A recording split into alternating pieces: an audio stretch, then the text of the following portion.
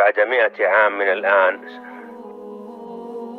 100 عام من الآن ونحن الآن في 2020 سيكون التاريخ 2120. سنكون جميعا بإذن الله مع أقاربنا وأصدقائنا تحت الأرض، وسيكون مصيرنا الأبدي قد أصبح واضحا جليا أمام أعيننا، وسيسكن بيوتنا أناس غرباء، وسيؤدي أعمالنا ويمتلك أملاكنا أشخاص آخرون لن يتذكروا شيئا عنا. فمن فينا الآن يخطر بباله أبو جده؟ سنكون مجرد سطر في ذاكرة بعض الناس، أسماؤنا وأشكالنا سيطويها النسيان.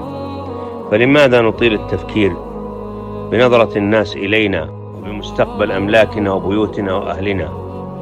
كل هذا ليس له جدوى أو نفع بعد 100 عام.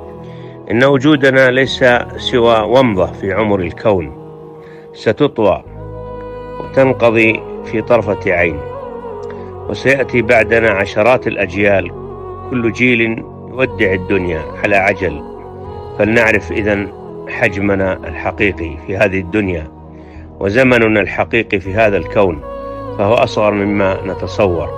هناك بعد 100 عام وسط الظلام والسكون سندرك كم كانت الدنيا تافهة، كم كانت أحلامنا بالاستزادة منها سخيفة، وسنتمنى لو أمضينا أعمارنا كلها في عزائم الأمور وجمع الحسنات، وخاصة الصدقات الجارية. وسيطلق بعضنا صرخات استغاثة لا طائل منها، كما قال تعالى: رب ارجعون لعلي أعمل صالحا فيما تركت، كلا إنها كلمة هو قائلها ومن ورائهم برزخ إلى يوم يبعثون. وسيقول آخر: ربي لولا أخرتني إلى أجل قريب فأصدق وأكن من الصالحين. وسيقول آخر: يا ليتني قدمت لحياتي. طالما يا أخي المسلم لا زال في العمر بقية، فلنعتبر ونغير.